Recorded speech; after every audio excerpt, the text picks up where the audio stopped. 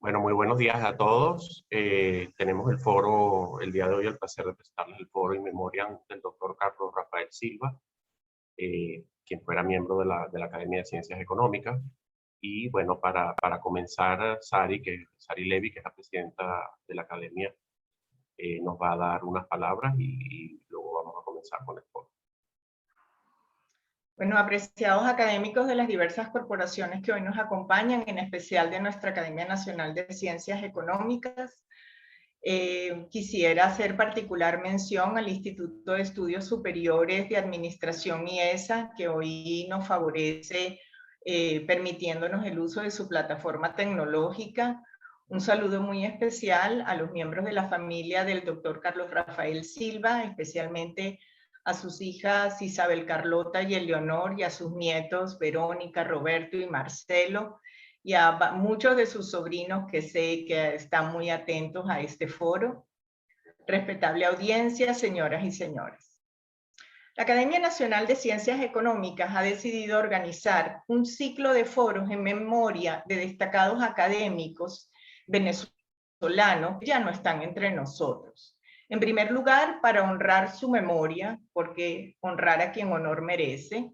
Además, para revisitar y destacar su obra y principalmente para, a partir de los temas y áreas de investigación de estos profesionales, reflexionar sobre las mismas de cara a las problemáticas y dilemas que hoy se le presentan al país y los retos a futuro que ellos significan. En el 2016 ofrecimos un último adiós al doctor Carlos Rafael Silva, miembro fundador de nuestra academia, que ocupaba el sillón número 7 y de la que fue su presidente en el periodo 2000-2002. Respetado y apreciado colega, quien con compromiso y probidad dedicó su vida profesional al servicio del país, desarrollando su carrera profesional en el Banco Central de Venezuela, en el que llegó a ocupar las más altas posiciones de dirección, siendo su presidente a fines de los años 70. La impronta del doctor Silva en el ente emisor es ciertamente notable, velando siempre por la consolidación de los más elevados estándares de desempeño que entonces mostraba este instituto.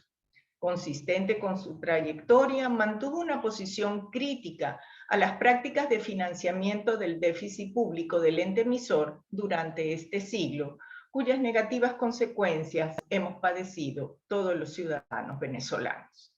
Fue ministro de Hacienda, presidente del Fondo de Inversiones de Venezuela, gobernador ante el Fondo Monetario, presidente del Consejo Ministerial del Fondo de la OPEP, presidente durante 2 años del Grupo Intergubernamental del Grupo de los 24 para Asuntos Monetarios Internacionales y de Desarrollo. Y asimismo he de destacar que a fines de los 70 fue titular de la cartera de Educación, pues no podemos olvidar su dilatada actividad docente tanto en la Universidad Central de Venezuela como en la Universidad Católica Andrés Bello. Es feliz coincidencia que hoy, 9 de noviembre, icónico Día de la Libertad, sea el escogido para esta actividad en la que relevaremos la impronta del doctor Silva en el Banco Central de Venezuela, el rol del ente emisor a través de sus políticas para dinamizar una economía sana que impulse la calidad de vida de todos los venezolanos y los retos que enfrenta la banca central en este siglo plagado de vertiginosas transformaciones. 3 estimados y respetados colegas nos guiarán en estos objetivos: los doctores Carlos Hernández Delfino, Pedro Palma y Ruth de Cribor. La moderación estará a cargo del doctor Urbi Garay y cerrará la actividad el doctor Humberto García Larralde. Sin más y segura de una mañana provechosa, cedo el micrófono al doctor Garay. Muy buenos días. Bueno, muchísimas gracias, Sari, por la introducción. Yo voy a presentar, pueden ver lo que estoy compartiendo, ¿no? La invitación. ¿Pueden verlo?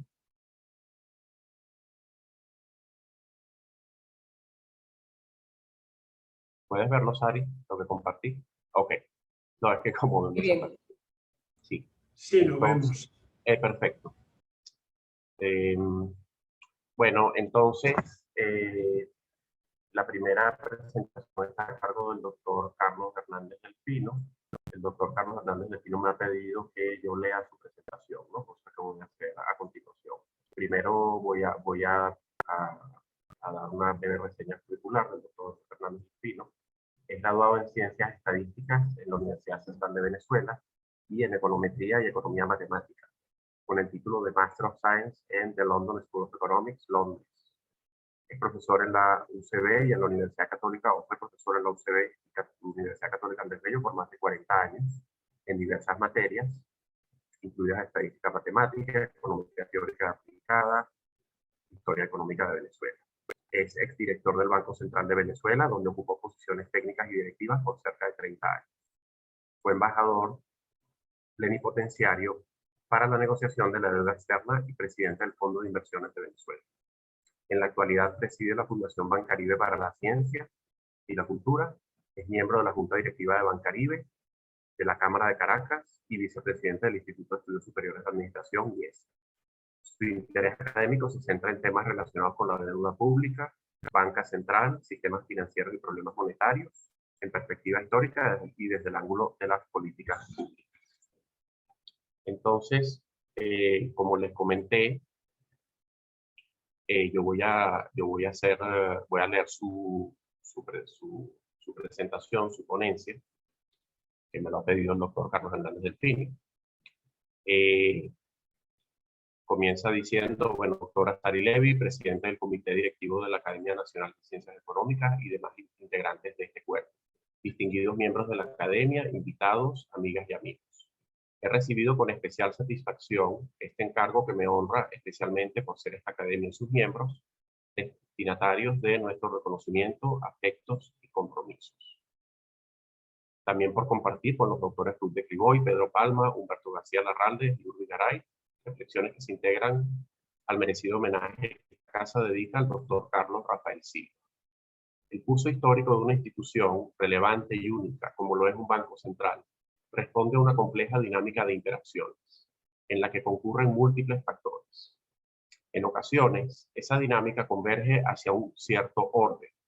En otras, perfila el camino a las crisis. En todo caso, creemos que es posible conocer y comprender la génesis y la evolución de instituciones fundamentales de la sociedad, guiándonos por la trayectoria de quienes han ejercido en ellas una influencia determinante y han sido permeables a los cambios virtuosos que resultan de esas interacciones, al tiempo que han opuesto sus razones a aquello que en su visión institucional no puede acreditarse como válido o conveniente. El tránsito del doctor Carlos Rafael Silva por el Banco Central de Venezuela durante más de 3 décadas nos ofrece esa posibilidad. Su impronta en esa institución se dejó sentir en la formación de una conducta corporativa que por muchos años fue característica del BCB, pero también la apreciamos en la institucionalidad que fue formándose, en la que se fusionaban esa cultura, los valores en los que ella se asentaba y la evolución del BCB en respuesta a las exigencias del rol que estaba llamado a cumplir, al igual que en la defensa de los principios fundamentales que rigen su actuación. Hacia esas consideraciones se dirigen estas palabras, situadas en el contexto que, según esperamos, contribuye a realzar la trayectoria del doctor Silva como servidor público. En el año 1948, el BCB cumplió sus primeros 8 años de formal constitución y de inicio de sus operaciones. Aquel año continuó la expansión mundial de la producción y el empleo que había sido estimulada por la cooperación financiera internacional necesaria para la reconstrucción durante la posguerra. En los países latinoamericanos, esa expansión se apreciaba en el flujo de sus exportaciones, en la producción y el consumo. Venezuela producía más del 14% del volumen total de la producción mundial de petróleo, y un flujo creciente de otras exportaciones le permitió elevar su capacidad para importar y compensar así los rezagos productivos presentes en algunas actividades industriales manufactureras. La política venezolana se desenvolvía en torno a las dos influencias principales emergentes del posgomecismo: las organizaciones políticas y el estamento militar, representado por un grupo de jóvenes oficiales profesional. La alianza circunstancial constituida a raíz de la crisis política que desembocó en el derrocamiento del presidente Isaías Medina Angarita habría de trastocarse con la interrupción del gobierno de Rómulo Gallegos en noviembre de 1948. Existía un ambiente de tensión e inconformidad en algunos sectores de la sociedad civil afectados por las reformas acometidas en el trienio, pero principalmente en el frente militar, donde colidían dos visiones: la de una transición hacia un gobierno civil de amplitud y la consolidación de la prevalencia de los militares en el poder. Esa divergencia habría de ser resuelta años más tarde con la instauración de la dictadura perejimenista. La Junta Militar procedió de inmediato a desmantelar la institucionalidad democrática, como parte de la estrategia desplegada para obstaculizar la movilización de la sociedad y las reacciones en su contra. Pero la Junta no alteró el marco normativo ni el régimen de gobierno interno del Banco Central de Venezuela, como tampoco fue ese el caso en 1945. En ese grado se manifestaban la consideración y el respeto que la sociedad venezolana dispensaba a esa institución. El análisis de la situación económica mundial y del país, publicado en la memoria del BCB de 1948, revela el progreso en la conformación de un sistema nacional de estadísticas económicas, del cual el BCB era el eje. Ese sistema servía de base cuantitativa a los estudios que desarrollaba el banco. En agosto de ese año, el joven barquisimetano de 23 años, Carlos Rafael Silva, estudiante de Economía en la Universidad Central de Venezuela, ingresa al Departamento de Investigaciones Económicas y de Estadísticas del Banco Central de Venezuela, con la función de procesar materiales empleados en la elaboración de las estadísticas económicas. Al frente de ese departamento estaba el doctor Ernesto Peltzer, llegado a Venezuela en 1939 con una sobresaliente carrera académica y profesional. Se instaló definitivamente en el país, donde su fecunda obra formó un legado de amplios alcances. En la organización y consolidación de los estudios económicos del BCB, en la cátedra universitaria, en la importante obra escrita que ha sido recogida en las publicaciones del Instituto, y en su consejo pertinente y oportuno, siempre revestido de los atributos que distinguían su condición humana. Después de recibirse como economista en la UCB en 1951, el doctor Silva cursó estudios de posgrado en las universidades de Columbia y Berkeley, becado por el Banco Central de Venezuela. A su regreso, en 1953, se hizo cargo del área de finanzas públicas y dio inicio a su larga carrera como profesor de esa materia en la UCB. En la UCA también dictó clases en finanzas públicas y ejerció como decano de la Facultad de Ciencias Económicas. Su tesis doctoral, aprobada en 1954, versó sobre el impacto del régimen de cambios diferenciales para el consumidor venezolano, puesto que, de acuerdo con su tesis, el amplio margen entre el tipo de cambio de las compras de divisas del BCB a las empresas petroleras, 3,09 bolívares por dólar, y el tipo de cambio de venta al público en los bancos comerciales, 3,35 bolívares por dólar, representaba un gravamen sobre el consumidor. Esta era una de las características del régimen de cambios diferenciales, de largo arraigo en el país, que fijaba tipos de cambio más altos para las exportaciones de bienes agrícolas, como estímulo a los productores de esos frutos, en sustitución del sistema de primas que estuvo vigente hasta 1941. De esa forma, el régimen de cambios diferenciales era portador de incentivos perniciosos, además de resultar incompatible con las disposiciones del convenio constitutivo del Fondo Monetario Internacional, al cual se adhirió formalmente Venezuela en 1946. De allí la consideración de cuál debía ser entonces el tipo de cambio único, materia esta de muy difícil abordaje por la dispersión de tipos de cambio del sistema, aún en las circunstancias de importante afluencia de divisas que fue característica entre 1950 y 1957. En ese último año, Carlos Rafael Silva continuaba trabajando en el área de estudios económicos cercanamente al doctor Peltzer, quien para aquel momento ocupaba la posición de consejero económico y financiero del BCB. Al final de la dictadura perejiminista, los cambios y perturbaciones en el escenario político indujeron un clima de inestabilidad, incertidumbre y extrema cautela que tuvo efectos recesivos en la actividad económica. Pero además, disminuyen la producción y la exportación petrolera por el decaimiento de la demanda mundial de energía, por las medidas restrictivas impuestas por los Estados Unidos y por la mayor oferta de crudo una vez reabierto el tránsito por el canal de Suez. Las nuevas autoridades designaron al doctor Silva como superintendente de bancos. Cuando asumió esa responsabilidad, contaba ya con una evaluación de esa entidad y un conjunto de recomendaciones que él había elaborado previamente. En esa posición, que según su propio testimonio representó una experiencia enriquecedora, habría de enfrentar las serias dificultades que aquejaron al sistema bancario en los inicios y primeros años de la democracia venezolana. Hacia 1958, el sistema bancario venezolano se había expandido considerablemente. La capacidad de servicios de la banca privada creció en número de instituciones, oficinas y operaciones, y la banca del Estado tenía una importante presencia.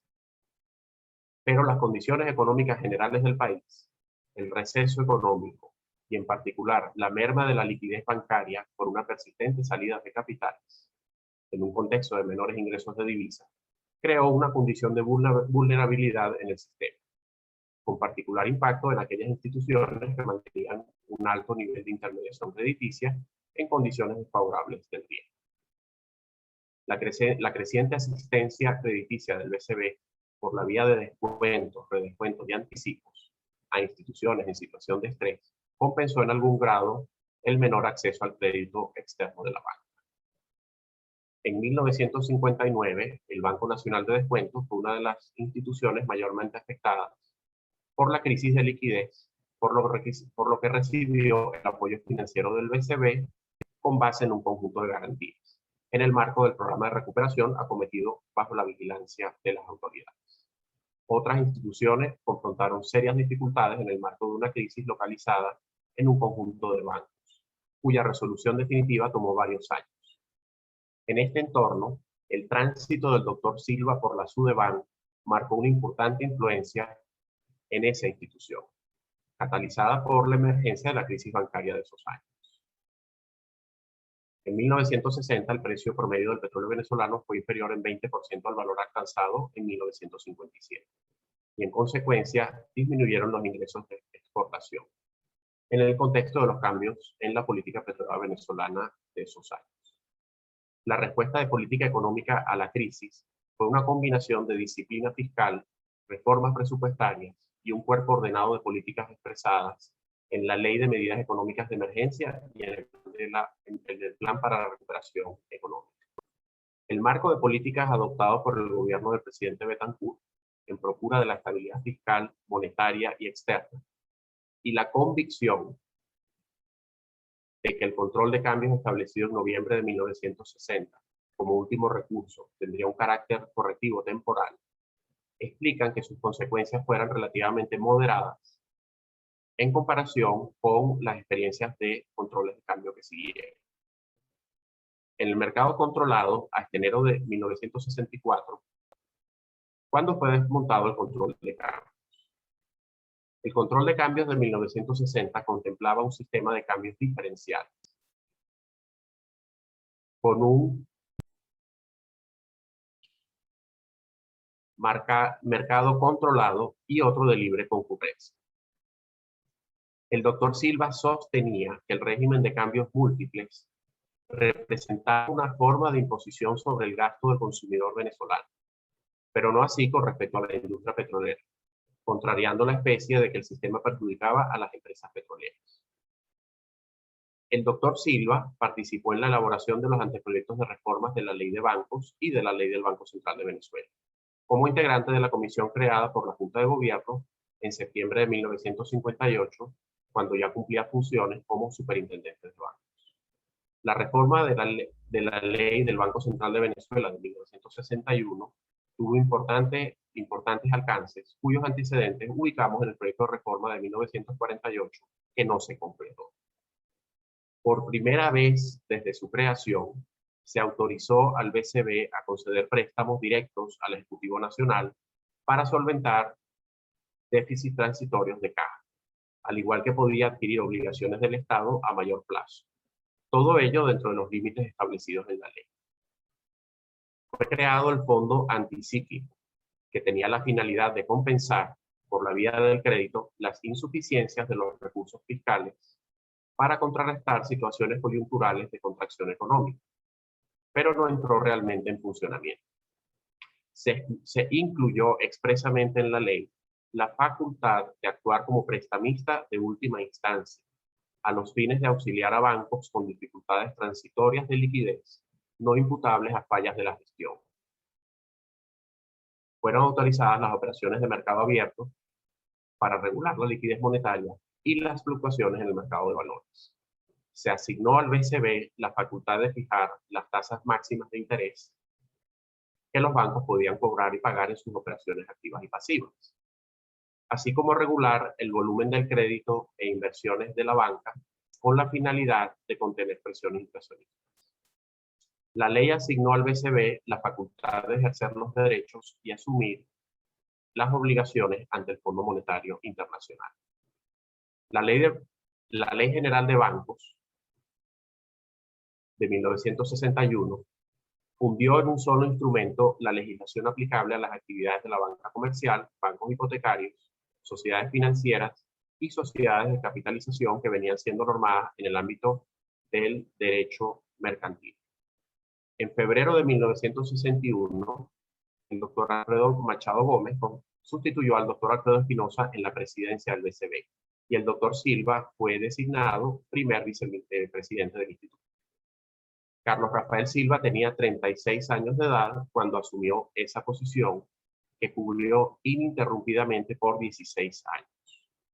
El primer vicepresidente cumplía las funciones de gerente de la institución, con la responsabilidad de manejar todos los asuntos administrativos internos y además fungía como secretario del directorio, por lo que tenía contacto directo con las materias que reclamaban la atención y decisiones de ese cuerpo.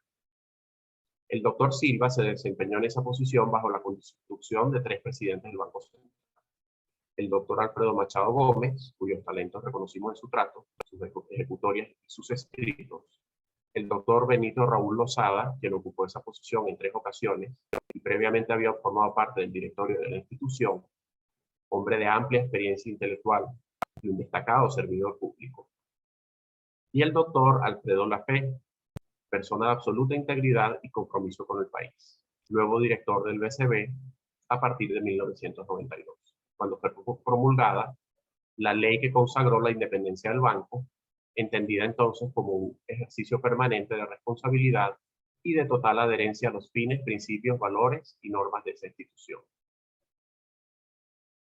Cuando el doctor Silva se inicia como primer vicepresidente del BCB, el país vivía una situación de extrema complejidad: inestabilidad general, desequilibrios fiscal y externo, demandas no atendidas de la población, levantamientos militares, grupos que asumieron la lucha política con las armas y perturbaciones políticas que colocaron en riesgo al recién instaurado régimen democrático. Pero los acuerdos que dotaron de una nueva gobernabilidad al país permitieron crear una comunidad política que dio sustento a las políticas públicas ensambladas para alcanzar la estabilidad e iniciar la ruta hacia la recuperación. El contexto nacional sugiere la complejidad de las materias que debía tratar el directorio del BCB, al igual que el equilibrio y apego a los principios que debían presidir sus decisiones. Notablemente es el caso a partir de la reforma de la ley del BCB de 1961, que permitía conceder préstamos al gobierno nacional dentro de los límites establecidos por la ley. Según refiere el doctor Silva, esa facultad fue ejercida con la definitiva intención de evitar que una facilidad dispuesta para solventar desajustes transitorios de tesorería se convirtiese en un mecanismo de financiamiento del gasto fiscal. Tanto así que en 1961 el directorio negó una solicitud de financiamiento presentada a su consideración por el Ejecutivo Nacional. En 1968, cuando cursaba su segundo periodo como presidente del BCB, el doctor Alfredo Machado Gómez decidió renunciar para dedicarse a actividades profesionales privadas. Al anunciar su retiro en la Asamblea de Accionistas celebrada en enero del 68, hizo especial mención a la valiosa labor que durante todo ese periodo había desarrollado el doctor Carlos Rafael Silva. El doctor Benito Raúl Lozada completó ese periodo que concluyó en 1970, año en que fue designado el presidente del BCB, el doctor Alfredo Late. El doctor Silva tuvo una importante participación en los asuntos internacionales del BCB durante su gestión, que conviene resumir. En 1962 actuó como gobernador por Venezuela ante el Banco Interamericano de Desarrollo. Destaca la constitución del Grupo Intergubernamental para Asuntos Monetarios Internacionales, el Grupo de los 24, en la reunión celebrada en Caracas en abril de 1972. El doctor Silva resaltaba las asimetrías presentes en las instancias de decisión de los organismos multilaterales y favorecía las posturas de los países en vías de desarrollo. A él le correspondió presidir las reuniones de alternos del Grupo de los 24 durante 3 años. Ese año de 1972 fue creado el Comité Ad Hoc de la Junta de Gobernadores para la reforma del sistema monetario internacional y materias afines, formado por 20 miembros, el Grupo de los 20. En la ley del BCB de 1961 se estableció que este instituto ejercería la representación de Venezuela ante el FMI. Cuando el doctor Silva fue presidente del BCB, le correspondió actuar como gobernador ante ese organismo. Mientras se desempeñó como ministro de Educación, presidió la misión de funcionarios venezolanos que asistió a la Asamblea General de la UNESCO en 1978. Más tarde, como presidente del Fondo de Inversiones, le correspondió ser gobernador ante el Banco Mundial, el Fondo de Desarrollo Agrícola y el Fondo de la OPEC, donde ejerció la presidencia. Anotamos su participación en las reuniones celebradas en Puerto Ordaz en 1975, de las que se derivó el Acuerdo de Puerto Ordaz, primer antecedente de la cooperación energética regional, del cual surgió en 1980 el Pacto de San José. Fue constante su actividad gremial y de participación en entidades académicas. Promotor del Colegio de Economistas de Venezuela, fundado en 1953, del cual fue presidente en 1960. Por varios años formó parte de la Junta Directiva de ProVenezuela. Participó en el Consejo Nacional de Economía como representante de la UCB y luego del BCB. Fue presidente del Consejo en 1978, cuando sustituyó en esa posición a JJ González Borrondona, quien la había ejercido por cerca de 2 décadas. Se desempeñó como miembro del Consejo General de la Fundación La Casa de Bello. Igualmente, formó parte de la Junta Directiva de la Fundación Herrera Luque.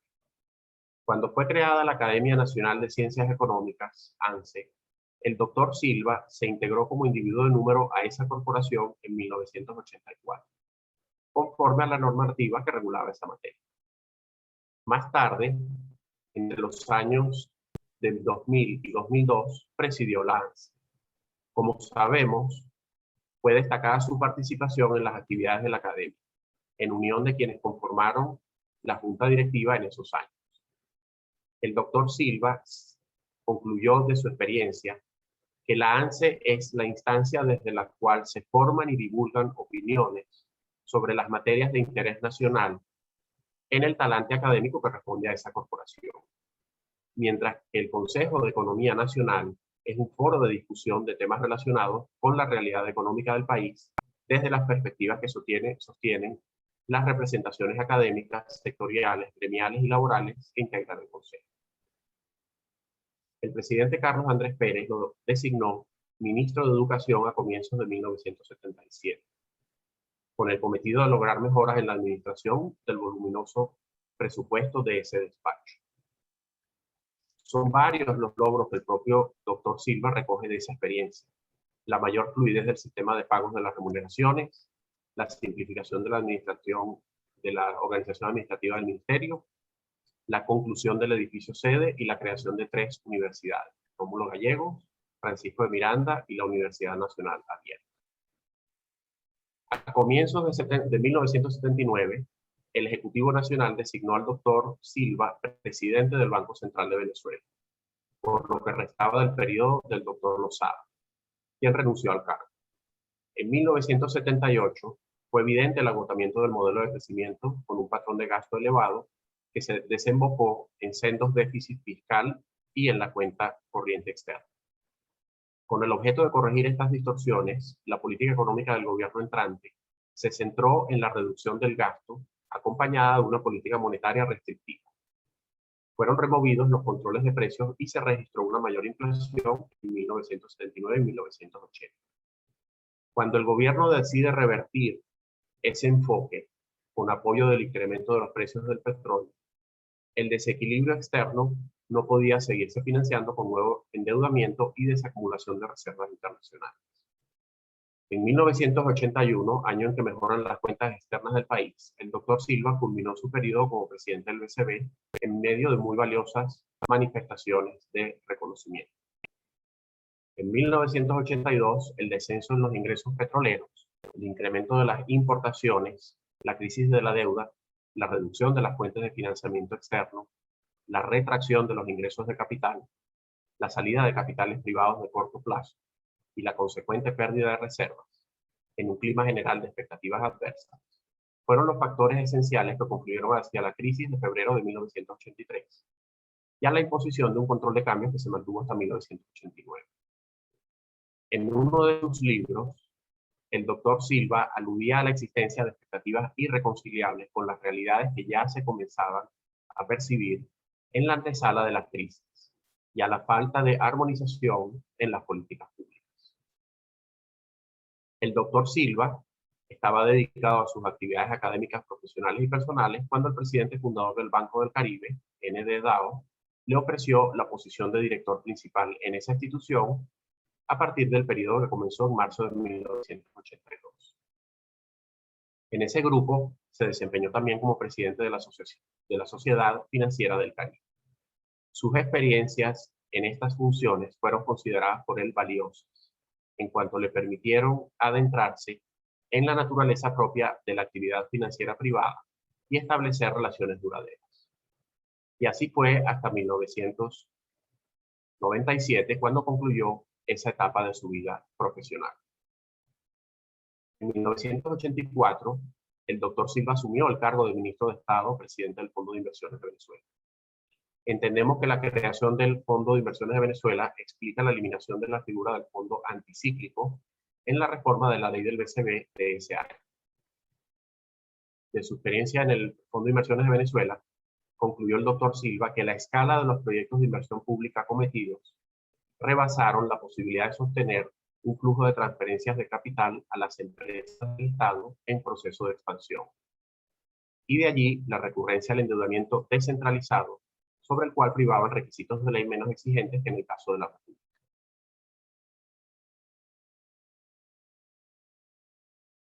El doctor Silva calificó de irracional la intensidad y volumen de ese endeudamiento. Aludía a los problemas de adscripción de las empresas que dificultaban su dirección y gestión. La inconsistencia de las administraciones conformaba un factor de ineficiencia y de retrasos, a lo que el doctor Silva oponía la necesidad de dotar de continuidad administrativa a la gerencia de esas empresas. Concluía que, en su criterio, todas las empresas públicas, con la excepción de PDVSA, Edelca y Cadafe, debían ser transferidas al sector privado.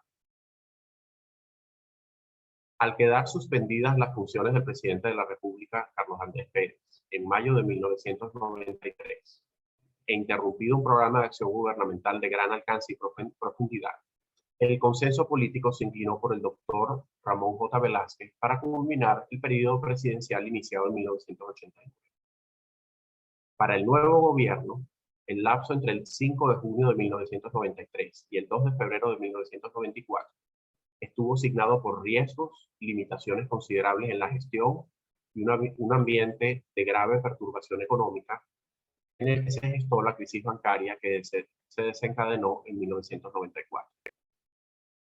El doctor Carlos Rafael Silva fue designado ministro de Hacienda de un gabinete que reflejó la abstención de los principales partidos políticos de participar en él. La precaria situación fiscal y la urgencia que demandaba su atención hizo necesaria la habilitación del presidente en agosto para concretar la aprobación de varias leyes, algunas de las cuales se fundamentaron en los proyectos elaborados por la administración del presidente Pérez. El doctor Silva no apreciaba como conveniente la delegación de funciones legislativas en el Ejecutivo, más allá de las previsiones contenidas en la Constitución de 1961. Sin embargo, en las circunstancias de aquel momento, no solo debió admitir este curso de acción, sino que además tuvo a su cargo la presentación de la ley habilitante al Congreso. El año se inició con una perspectiva deficitaria, tanto de tesorería como presupuestaria, que en los hechos resultó en un nivel de gasto consolidado inferior al programado.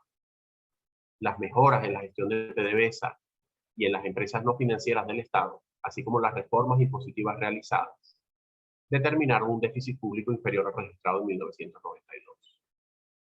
Entre las leyes promulgadas en el marco de la habilitación estaba la de creación del impuesto al valor agregado, IVA.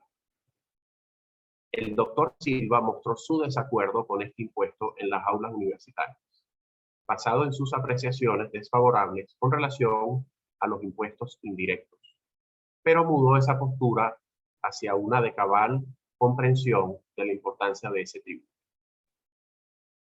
En octubre de 1993, en el marco de la ley habilitante, el gobierno de transición aprobó la Ley General de Bancos y otros institutos de crédito, con vigencia a partir del 1 de enero de 1994. La nueva ley incorporó importantes reformas en la dirección de promover el fortalecimiento del sector. Estableció la autonomía funcional y financiera de la Superintendencia de Bancos, se fusionó en la ley el marco jurídico del FOGADE, se autorizó la banca universal, se insertó el concepto de grupo financiero, se reformó el régimen de auxilios financieros y fue flexibilizada la inversión extranjera en el sector, entre otros aspectos. Con relación a este último punto, el doctor Silva asumió una postura crítica respecto a las prácticas de esas instituciones y a su verdadero aporte tecnológico. Cuando se inicia el gobierno de transición, ya estaba en gestación la crisis bancaria sistémica más vasta, compleja y profunda ocurrida en el país, en palabras del doctor Silva, que se desencadenó en enero de 1994 en un ambiente de inestabilidad que desembocó en el colapso de un conjunto de bancos que concentraban cerca del 50% de los depósitos del público. El BCB advirtió oportunamente sobre esta situación con un acertado diagnóstico, enfatizó sus posibles consecuencias y formuló recomendaciones con sentido de urgencia. Las debilidades estructurales del sistema bancario tenían como marco el inadecuado régimen legal que lo regulaba, que no fue oportunamente reformado por causas atinentes a los procesos políticos parlamentarios. Se alteró así la secuencia natural que va desde las reformas a la liberalización de los mercados. Ese mes, el gobierno anunció el programa de medidas diseñado para enfrentar la crisis y correspondió al doctor Silva informar sobre la situación del sistema bancario al doctor Julio Sosa Rodríguez, representante del presidente electo. Sobre las causas, consecuencias y tratamiento de la crisis, el doctor Silva consignó sus opiniones en al menos dos entregas: la crisis financiera en la revista del Banco Central de Venezuela 93-94 y el Ejecutivo Nacional y la intervención del Banco Latino 1994. Al concluir su gestión como ministro de Hacienda, finalizó también una meritoria carrera de servicio público en entidades oficiales, pero no así en las actividades que darían satisfacción a su vocación académica, a su interés por dilucidar las causas, consecuencias y remedios de los problemas del país. En la Academia Nacional de Ciencias Económicas participó en diversas actividades en línea con su convicción de que esa institución ofrece el espacio apropiado para analizar los temas de la economía que exigen, por sus connotaciones, la atención objetiva, ilustrada y rigurosa de los especialistas. Las reuniones que regularmente tenían lugar en su casa formaron un hábito estimulante de intercambio y discusión, con la participación de amigos consuetudinarios. Así transcurrió su vida a partir de su retiro, con su familia en el eje principal de sus sentimientos y atención. Finalizan estas palabras destacando cualidades de nuestro homenajeado que tuvieron influencia permanente en el BCB y en otras instituciones a las que estuvo vinculado. Su interés y dedicación para contribuir a la comprensión de la economía venezolana y, en particular, en los episodios críticos, se manifestó en opiniones que expresaban un sentimiento de defensa de la identidad nacional, una visión rigurosa del alcance y límites de las funciones que deben cumplir las instituciones que forman parte del Estado, una apreciación firme de los riesgos que podrían colidir con ese orden, sin rehuir la crítica expresada de manera directa y clara. Su visión de la necesaria autonomía del BCB fue una constante que cobró expresión en su crítica contundente al financiamiento monetario del gasto público. Privilegió, en sus opiniones, el desarrollo de la política monetaria con base en la aplicación estricta de los instrumentos tradicionales. Su talante austero convivía con una permanente necesidad de mantener la comunicación con quienes formaban parte de la colectividad en esas instituciones. Esa actitud fue característica en el BCB, donde esa arista de su personalidad se percibe en el apoyo que ofreció a las políticas de bienestar y de formación profesional de los colaboradores del instituto. Contribuyó a la organización departamental del banco en sus primeros tiempos y al desarrollo de la sistematización de sus operaciones.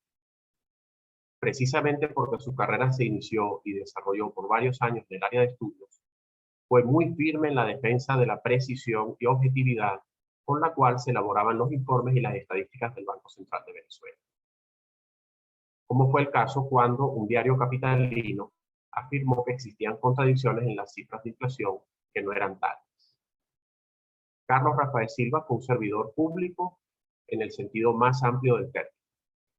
Su trayectoria es una referencia de primer orden para quienes siguen esos rumbos o aspiran a seguirlos.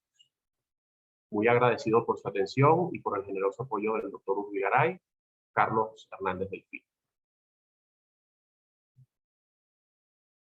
Entonces, bueno, con eso concluimos la excelente ponencia del doctor Carlos Hernández del Pino. Bueno, entonces vamos a ver aquí. A continuación, tenemos la presentación del doctor Pedro Palma, Políticas Cambiarias y Monetarias durante los años de Carlos Rafael Silva como Banco Centralista. Voy a leer una reseña del doctor Pedro Palma y a continuación tendremos su presentación. Pedro Palma, profesor emérito del Instituto de Estudios Superiores de Administración, IESA, profesor titular de Economía del IESA 1982-2015, socio fundador de Metroeconómica, firma de consultoría económica basada en Caracas, creada en 1977 y que se fusionó con la empresa de consultoría ecoanalítica en 2010. Organización de la que es director, es miembro del proyecto LINC, Grupo Internacional de Economistas, auspiciado por las Naciones Unidas y por la Universidad de Pensilvania, que analiza periódicamente las perspectivas económicas mundiales. Expresidente socio de Booz Allen Hamilton, 1991-97. Miembro de la Cámara Venezolano-Americana de Industria y Comercio, BENANCHAM, organización de la que fue presidente en el periodo 2000-2002. Individuo de número fundador de la Academia Nacional de Ciencias Económicas de Venezuela desde 1984. Organización de la que fue presidente en el periodo 2009-2011. El doctor Palma es economista egresado de la Universidad Católica Andrés Bello, con maestría en Administración de Negocios, MBA de la Universidad Wharton, de la Escuela Wharton de la Universidad de Pensilvania, donde también obtuvo el máster y el doctorado PhD en Economía.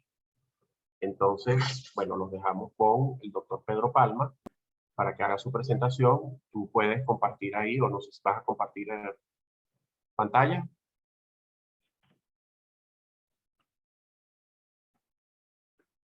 Bueno, no, yo en realidad no voy a hacer presentación de pantalla.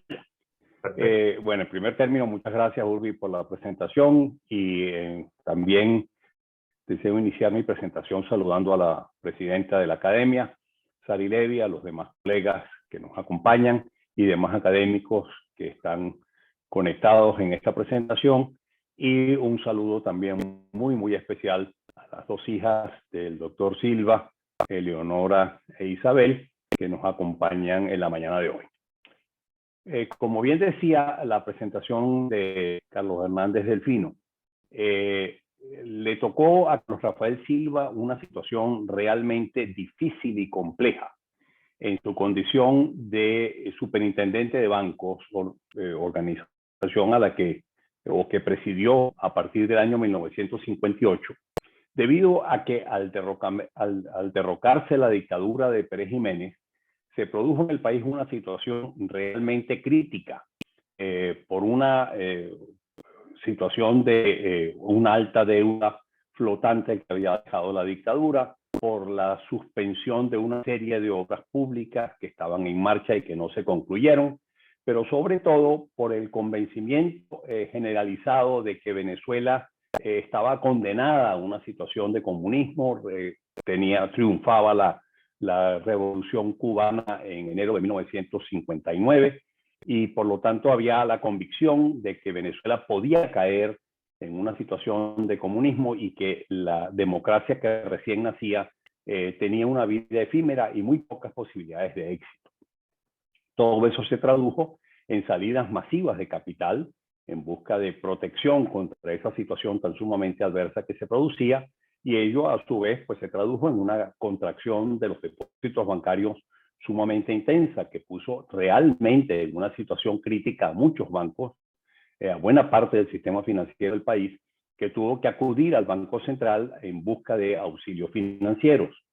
No existía en ese momento una estructura legal que le diera al Banco Central, o institucional, que le diera al Banco Central los mecanismos de instrumentos de política monetaria a través de redescuentos, anticipos, políticas de mercado abierto, etcétera, para dar esos auxilios financieros, y por lo tanto no fue fácil la materialización de esos auxilios financieros para mantener con vida a estos bancos que sufrían una pérdida masiva de liquidez y que por lo tanto entraban a sufrir problemas serios de liquidez.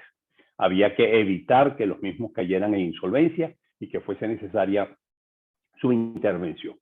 Bueno, ese fue digamos, el preámbulo que vivió Carlos Rafael Silva antes de incorporarse como primer vicepresidente y gerente general del Banco Central en febrero de 1961.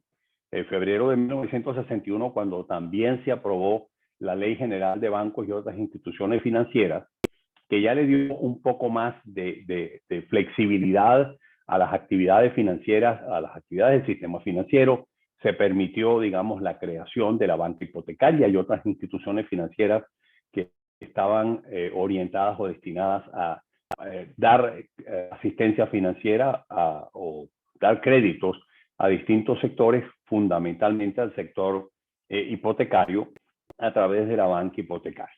Y fue precisamente en esa función o en esos primeros años de funciones de Carlos Rafael Silva como primer vicepresidente y gerente general del Banco Central, cuando continuó e inclusive se expandió en una forma notable la asistencia financiera a los bancos para darle solidez al sistema financiero y evitar la quiebra de múltiples instituciones financieras. Sin embargo, el 7 de noviembre de 1960, como ya lo mencionaba también la presentación de Carlos Hernández Delfino, se implantó en Venezuela un control de cambios, simplemente porque la salida masiva de capitales que se ha producido desde 1958, esa parte, habían mermado en una forma notable las reservas internacionales, y por lo tanto se vio el gobierno naciente de Rómulo Betancourt, o iniciando en sus primeros meses de actividad Rómulo Betancourt, no tanto, en realidad durante su segundo año de gobierno, imponer un control de cambios a partir del 7 de noviembre de 1961. Y eso, perdón, de 1960. Y eso fue precisamente lo que tuvo que manejar el Banco Central en una forma importante y directa, y Carlos Rafael Silva tuvo una función importante que cumplir en esa materia.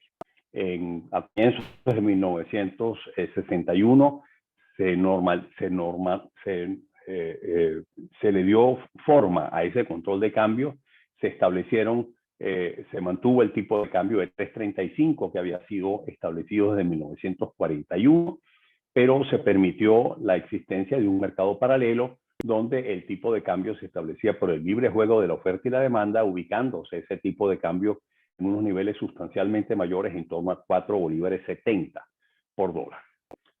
Sin embargo, en esos primeros meses del control de cambio durante el año 1961, afloraron una serie de prácticas y de mecanismos para burlar los controles de cambio a través de sobrefacturación de importaciones y otra serie de medidas tendentes precisamente a burlar el control de cambio.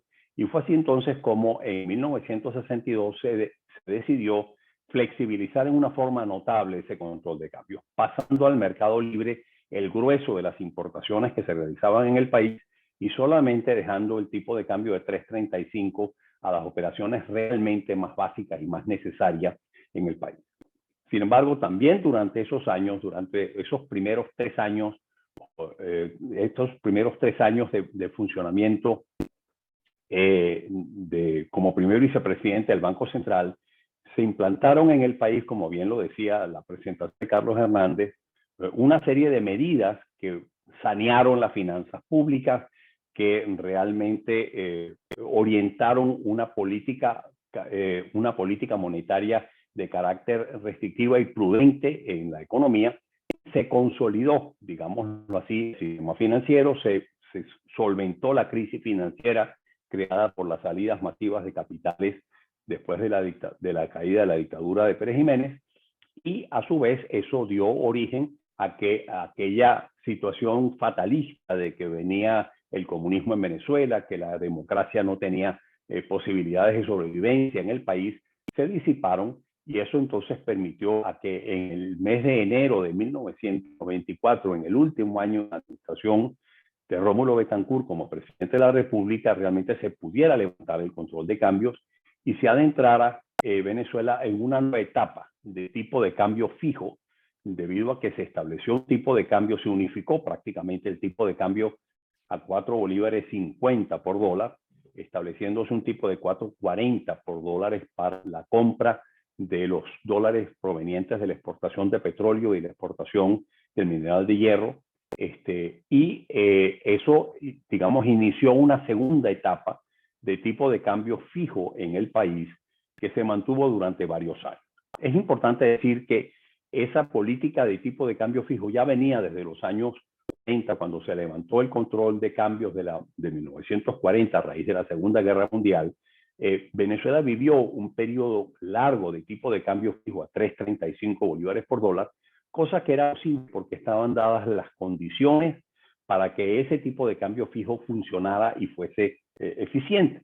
La principal de esas características o de esas condiciones para que un tipo de cambio fijo pudiera operar en una economía era que la inflación interna fuese una inflación que estuviese en línea con la inflación de los principales países o de los principales socios comerciales con los que nosotros realizamos importaciones, y eso se dio en Venezuela. De hecho, durante ese lapso, durante la década de los 40, la década de los 50, la década de los 60 y comienzos inclusive de la década de los 70, la inflación de Venezuela era una inflación inferior, era una inflación menor que la inflación de muchos países desarrollados, y Venezuela era envidia en materia inflacionaria en esa época. Teníamos una inflación inferior al 2% por año, mientras que en países como Alemania, Japón, Reino Unido, Francia, etcétera, tenían inflaciones mayores que esas. En los mismos Estados Unidos tenían una inflación superior que tenía Venezuela, y eso permitió, digamos, esa fue que se diera una de las condiciones fundamentales para que pudiera preservarse un tipo de cambio fijo a lo largo de muchos años.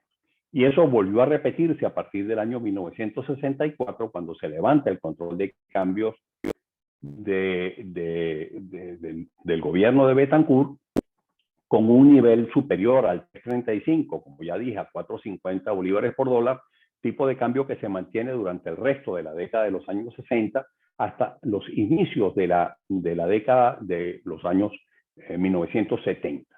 Cuando se materializa a nivel internacional la crisis del sistema financiero internacional, el dólar deja de ser convertible por oro, suspende la convertibilidad y el dólar llega a un proceso de debilitamiento y de devaluación de esa moneda.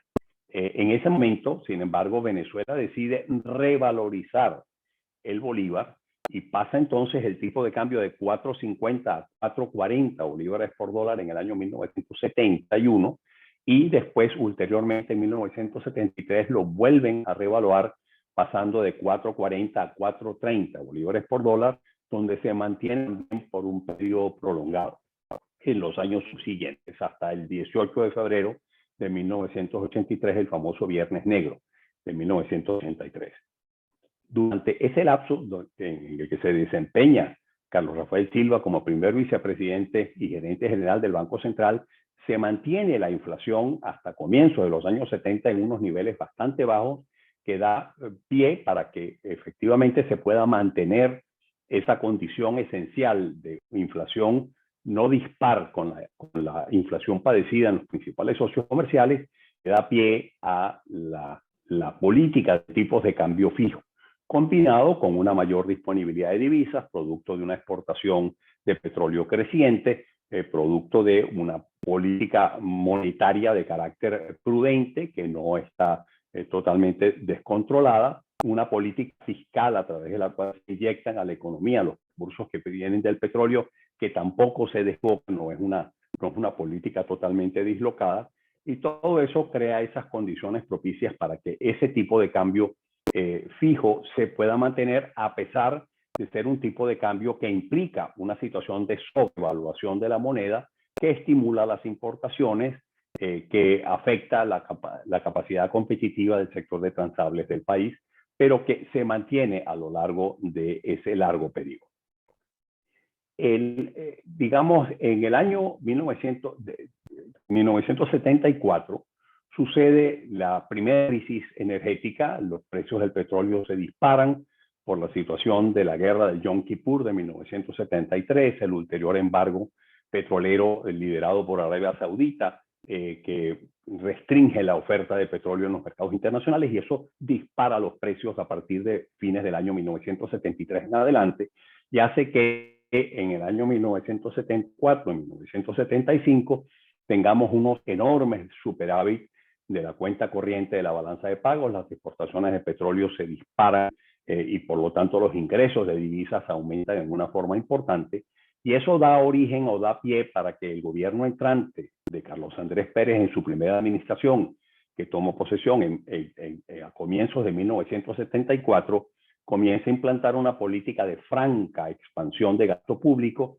Se aprueba el quinto plan de la nación con unos proyectos de inversión realmente extraordinarios para el desarrollo de las industrias básicas, etcétera. Y eso cambia completamente aquel panorama de prudencia en materia fiscal y en materia monetaria, y obviamente en materia cambiaria con la política de cambio fijo que hasta ese momento se había aplicado. Sin embargo, se mantiene el tipo de cambio fijo a 4 bolívares 30 durante un periodo adicional porque se argumenta que, bueno, hay ingresos de divisas importantes producto de las exportaciones de petroleras, la oferta de divisas es abundante en el país y por lo tanto no tiene sentido devaluar la moneda cuando hay una situación de holgura en la disponibilidad de divisas en el país. Sin embargo, esa situación de política francamente expansiva de gasto público, típicamente procíclica, que se inicia pues con el gobierno de Carlos Andrés Pérez, genera una situación donde se pasa de aquel superávit enorme, tanto fiscal como de cuenta corriente de la balanza de pagos del año 1974 e incluso de 1975, a una situación ya de práctico equilibrio en 1976 y la iniciación en 1977 y 78 de déficit crecientes tanto en las finanzas públicas como en la cuenta corriente de la balanza de pagos. Al punto de que en 1978 ese déficit de la cuenta corriente llega a alcanzar unos niveles exorbitantes equivalentes al 14% del Producto Interno Bruto, que es una situación realmente insostenible y que lleva al convencimiento de que aquel tipo de cambio fijo de 4.30 que venía desde comienzos de los años 70 y que era producto de aquella larga política de tipos de cambio fijo que se había venido aplicando desde los años 1940, esta parte ya no podía mantenerse y que venía inevitablemente una devaluación del bolívar ante ese tremendo desequilibrio del sector externo que se estaba viviendo y desequilibrio de las finanzas públicas. Sin embargo, en 1979, al inicio del gobierno de Luis Herrera Campins, sucede un fenómeno totalmente extraordinario e inesperado, que es el derrocamiento del Shah de Irán, la radicalización del gobierno de los ayatolás en Irán, la decisión de sacar del mercado de la noche a la mañana 4 millones de barriles de oferta dentro de ese mercado que producía Irán, y todo aquello entonces crea la segunda crisis energética del país, con un nuevo disparamiento de los precios del petróleo a partir de 1979. Eso hace que aquel enorme desequilibrio de la cuenta corriente de la balanza de pagos existente en 1978 comience a corregirse, de que prácticamente en el 79 tengamos un equilibrio de la cuenta corriente y que a partir de 1980 y 81 tengamos un superávit de la cuenta corriente. Y eso disipa aquellas expectativas de devaluación inminente que existían en 1978 y permite, por lo tanto, evitar la devaluación de la moneda por parte del gobierno de Luis Herrera y preservar o mantener el tipo de cambio de 4.30. Esto coincide precisamente con la situación donde Carlos Rafael Silva había concluido su periodo, digamos, sus funciones como primer vicepresidente y gerente general del Banco Central en enero de 1977 para irse de ministro de Educación, como ya lo describió también la presentación de Carlos Hernández Delfino, retorna al Banco Central en el año 1979, en enero de 1979, para finalizar el periodo presidencial de Benito Raúl Losada, quien había presentado la renuncia a ese cargo. Y por lo tanto le toca a él, dirigir el Banco Central en un periodo realmente crítico, no solamente por la situación que ya describí del disparamiento de los precios del petróleo, el derrocamiento del Shah de Irán y la disipación, digamos, de aquella expectativa de devaluación, sino también porque en el año 1979 sucedió un acontecimiento extraordinario, que fue que a mediados en el mes de agosto de 1979 se encargó de la presidencia de la Federal Reserve, de la Reserva Federal de los Estados Unidos, el señor Paul Volcker, quien tuvo que enfrentar una situación de alta inflación en los Estados Unidos y por lo tanto implantar una política monetaria estrictamente restrictiva que disparó las tasas de interés en el mercado financiero de los Estados Unidos y en el mercado de eurodólares, haciendo que inclusive hubiesen meses donde el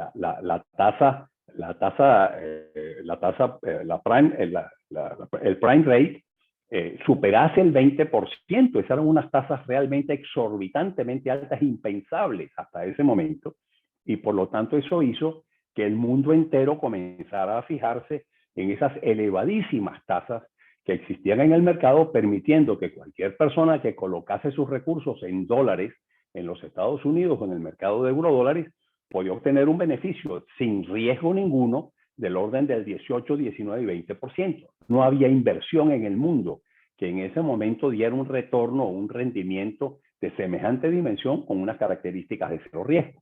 Y eso atrajo notablemente recursos de capital de todas partes del mundo, de Europa, de Japón, de Asia, de la América Latina, hacia los Estados Unidos y hacia el mercado de eurodólares, obligando a las economías del mundo entero a tener que implantar también políticas monetarias severamente restrictivas que elevaran las tasas de interés y que compitieran esas tasas de interés locales con las tasas de interés altísimas que existían en los Estados Unidos y en el mercado de eurodólares, producto de aquella política monetaria restrictiva implantada por Paul Volcker en la Reserva Federal de los Estados Unidos.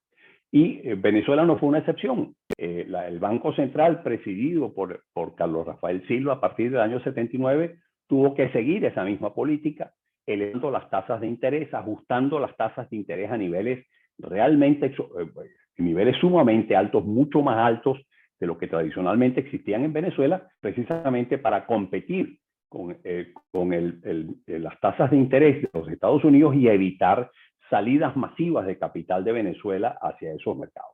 Sin embargo, esas salidas de capital se produjeron entre otras cosas porque era realmente difícil poder competir con esas altísimas tasas de interés en los Estados Unidos y en el mercado de eurodólares, y a la vez existía una sobrevaluación. El dólar estaba artificialmente barato en Venezuela, era percibido como artificialmente barato en Venezuela, y por lo tanto siguió produciéndose esas salidas de capital hacia el exterior, a pesar de los esfuerzos que hizo Carlos Rafael Silva por mantener un nivel competitivo de las tasas de interés internas con las tasas internacionales, lo cual en cierto modo limitó esas salidas de capital, pero esas salidas de capital se produjeron precisamente producidas o atraídas por esas altas tasas de interés en los Estados Unidos. Cuando Carlos Rafael Silva sale o culmina su periodo en enero de 1981 de presidente del Banco Central y entrega la presidencia del Banco Central a Leopoldo Díaz Bruzual al comienzo del gobierno del presidente Luis Herrera, el Banco Central continúa con esa política ya establecida por Carlos Rafael Silva durante su presidencia, pero en el año 1982 sucede una cosa realmente extraordinaria y para mí inexplicable. Es que el Banco Central decide reducir en una forma importante las tasas de interés internas, a pesar de que las tasas de interés en los Estados Unidos se mantenían en niveles sumamente elevados. ¿Por qué hizo eso el Banco Central? Lo hizo porque el ministro de Finanzas, el ministro de Hacienda en ese momento, Luis Hugueto, puso en marcha una política expansiva de gasto público para estimular la actividad económica en el país, que estaba recesionada desde el año 1978 hasta comienzos de los años 80, y por lo tanto utilizar estos recursos adicionales que venían del petróleo por la segunda crisis energética, inyectarlas a la economía con la finalidad de estimular la actividad económica. Y el Banco Central, o Leopoldo Díaz Bruzual, consideró que esa era una política inconveniente que podía generar una aceleración inflacionaria, y entonces lo que hizo fue reducir en una forma importante las tasas de interés para que de esa forma, con bajas tasas de interés en los Estados Unidos, en Venezuela, y altas tasas de interés en los Estados Unidos, se estimulara deliberadamente la salida de capitales hacia el exterior, neutralizando de esa forma la inyección masiva de recursos por la vía de la política fiscal que estaba implementando Luis Hugueto en ese momento en la economía. Esa fue una situación realmente extraordinaria, inexplicable, que el Banco Central estimule las salidas de capitales a través de una reducción importante de las tasas de interés para estimular el arbitraje a favor del dólar en ese momento específico, cosa que fue revertida por el directorio del Banco Central a las pocas semanas de implantarse esa política y volver nuevamente a una política de altas tasas competitivas con las tasas de interés externas que privaban en ese momento. Y eso entonces hizo que durante los últimos meses de 1981 hubiera una entrada neta de capitales a Venezuela, precisamente atraídos o desestimulados ya por una moderación en las tasas de interés en los Estados Unidos y una elevación de las tasas de interés internas, cosa que se revirtió nuevamente en 1982 debido a la crisis mexicana que estalla en 1982, a una reducción importante en los precios del petróleo debido a la reacción de limitación de importaciones por los países consumidores y por lo tanto un debilitamiento de los precios del petróleo que generan nuevamente la expectativa de que va a venir una devaluación porque aquel 4.30 ya es insostenible y por lo tanto entonces arrecia todo aquello con una salida masiva de capitales en 1982 y comienzos de 1983 que desembocan finalmente en el Viernes Negro del 18 de febrero de 1983, cosa que ya no vivió Carlos Rafael Silva como presidente del Banco Central porque su gestión como tal había culminado en enero de 1981. Todo esto pues son episodios realmente interesantes e importantes que demuestran la prudencia con que manejó Carlos Rafael Silva su gestión durante los años 60 y comienzo de los 70 o buena parte de los 70 como primer vicepresidente y gerente general del Banco Central y ulteriormente a partir de 1979 hasta 1981 como presidente de esa institución. Realmente hay que decir, y con esto culmino, de que Carlos Rafael Silva fue no solamente un excelente servidor público, sino también un hombre que manejó el Banco Central con la prudencia debida y con el tino debido para manejar las situaciones tan difíciles y adversas que tuvo que afrontar, no solamente desde que se encargó como primer vicepresidente y gerente general del Banco Central, sino también desde el 1968, cuando en su condición de superintendente de bancos tuvo que afrontar la crisis y el debilitamiento, los problemas bancarios del sistema financiero producto de las salidas masivas de capital que siguieron al derrocamiento de Pérez Jiménez. Bueno, con esto culmino y obviamente en la sesión de preguntas y respuestas podemos ampliar estos conceptos mucho más. Muchas gracias. Bueno, muchísimas gracias a Pedro Palma por su excelente presentación y, bueno, como bien dice, luego tenemos la sesión de preguntas y respuestas al final de la última parte del foro. A continuación vamos a tener a la doctora Ruth de Criboy a la presentación. Entonces la doctora Ruth de Criboy nos va a hablar va a hacer su ponencia sobre los cambiantes retos de la banca central. Voy a leer una reseña de la doctora Ruth de Criboy. Ruth de Criboy es presidente de Síntesis Financiera y miembro del Global Source Partners, red global de economistas independientes y mercados emergentes. Es miembro honorario de la Academia Nacional de Ciencias Económicas de Venezuela. Presidió el Banco Central de Venezuela en el lapso abril 1992-abril 1994. Durante su gestión se logró la reforma de la Ley del Banco Central de Venezuela, que consagró la independencia del instituto, así como avances importantes en la capacidad de gestión de la política monetaria. Previamente, tuvo una larga carrera en investigación económica del BCB, donde fue vicepresidente de Estudios Económicos y asesora a la presidencia. Participó en numerosas comisiones oficiales venezolanas, incluyendo las negociaciones para la reestructuración de la deuda externa en los 80, y en materias de reforma fiscal, reforma del Estado y competitividad industrial en los 90. Fue miembro del Consejo Consultivo de la Presidencia de la República en 1992. También ejerció cargos ejecutivos en la banca comercial y ha sido miembro de juntas directivas de empresas en Venezuela y de fondos internacionales de inversión. En su libro Colapso, la crisis bancaria venezolana de 1994, fue publicado por The Group of 30, Washington, D.C. en mayo del 2000. La edición en español del 2003 fue auspiciada por The Group of 30, Corporación Andina de Fomento e IESA. En la Universidad Central de Venezuela, donde se graduó de economista summa cum laude en 1964, fue jefe de la Cátedra de Teoría y Política Monetaria. Bueno, entonces los dejo con la doctora Ruth de Criboy para que nos haga su presentación. Muchas gracias, Urbi, por tus palabras.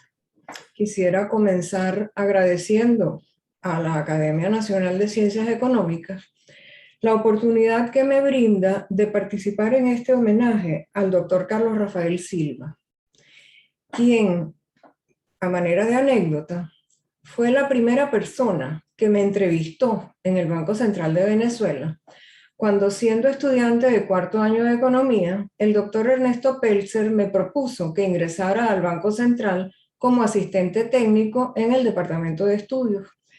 Y fue justamente el doctor Carlos Rafael Silva el primero que me entrevistó.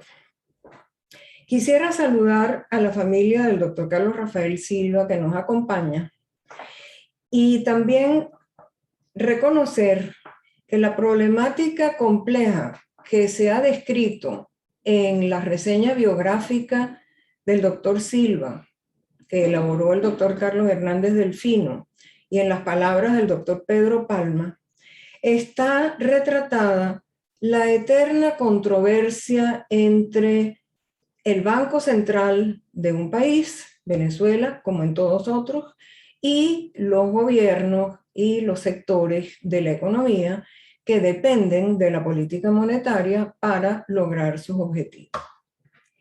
Me he propuesto en el día de hoy compartir con ustedes una visión de lo que son hoy día los retos de la banca central y hacer un breve periplo por 4 temas. 1, cómo se ha pasado de la política monetaria ortodoxa tradicional, la de la época del doctor Carlos Rafael Silva, cuando la tasa de interés era el principal instrumento para regular los agregados monetarios y el principal papel de los bancos centrales era el de servir como freno a los excesos fiscales, a lo que hoy día se ha llamado la política monetaria no convencional. También daré una pasada a 3 temas que ocupan a los bancos centrales en el mundo hoy día: la moneda digital de Banco Central, la regulación de los criptoactivos y los riesgos que comportan los cambios climáticos para la estabilidad financiera. Los bancos centrales del mundo han enfrentado presiones para entregar a la sociedad fundamentalmente la estabilidad monetaria, el combatir la inflación, la estabilidad financiera, la estabilidad de las instituciones financieras y la operatividad de los sistemas de pago. A partir de la crisis financiera global de 2008-2009, las políticas que antes eran un anatema se convirtieron en prácticas reconocidas. Los principales bancos centrales del mundo redujeron sus tasas de política casi a cero y cuando parecían haber agotado su capacidad para afrontar las consecuencias del colapso de segmentos muy importantes del sistema financiero en los países desarrollados, apelaron a 2 vías novedosas: la flexibilización cuantitativa, lo que se llama en inglés el quantitative easing, y la orientación de expectativas, o sea, el forward guidance. Esos nuevos instrumentos se desarrollaron en una forma casi experimental. La política monetaria entonces empezó a designarse como heterodoxa y después como no convencional. Y en esencia, la política monetaria no convencional opera por 2 vías. Reduce la oferta de activos financieros de largo plazo en la economía porque el Banco Central compra buena parte de la nueva deuda pública y privada para proveer liquidez al sistema financiero y aumentar la cantidad de dinero en circulación. Y señaliza la intención de las autoridades de mantener las tasas de interés bajas por un lapso prolongado. La polémica que esta política generó es la misma que se narró de las épocas del doctor Silva en el Banco Central de Venezuela. Los bancos centrales aumentando la liquidez del mercado, asegurándole a los privados que siempre podrán vender los títulos que adquieran y asegurándole al gobierno que siempre tendrá un mercado dispuesto a comprar su deuda. Mantienen las tasas bajas, reduciendo el costo del servicio de la deuda pública y además las utilidades que genera la cartera de valores del Banco Central son traspasadas al fisco al cierre de cada ejercicio.